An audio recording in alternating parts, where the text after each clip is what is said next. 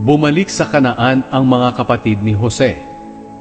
Pagkatapos, iniutos ni Jose na punuin ng pagkain ang mga sako ng kaniyang mga kapatid at ibalik sa mga sako nila ang kani-kanilang bayan at pabaunan sila ng kanilang mga pangangailangan sa kanilang paglalakbay. Nasunod lahat ang iniutos ni Jose.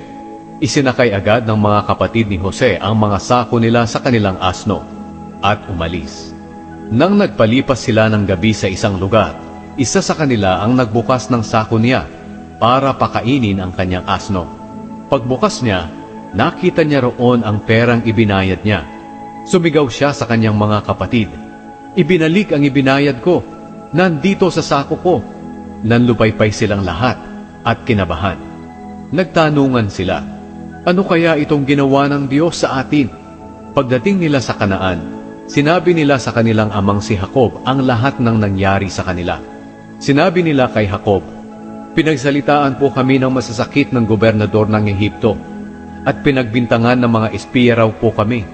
Pero sinagot po namin siya na hindi kami espiya at nagsasabi kami ng totoo.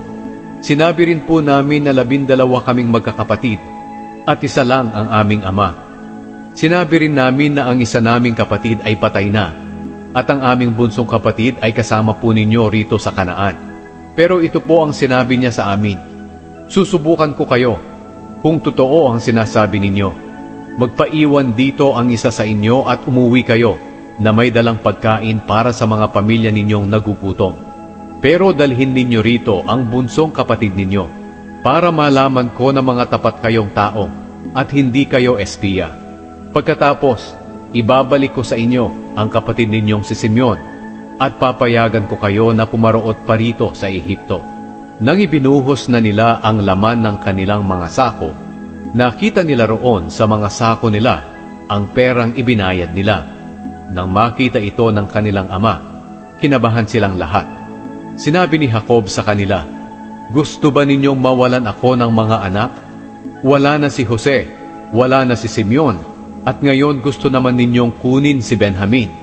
Hirap na ako." Sinabi ni Reuben, "Ama, ako po ang bahala sa kanya. Patayin po ninyo ang 2 kong anak na lalaki, kung hindi ko po siya maibabalik sa inyo." Pero sumagot si Jacob, "Hindi ako papayag na isama ninyo ang anak ko. Namatay na ang kapatid niya at siya na lang ang naiwan. Baka may masama pang mangyari sa kanya sa daan. At sa katandaan kong ito, ikamamatay ko ang sobrang kalungkutan."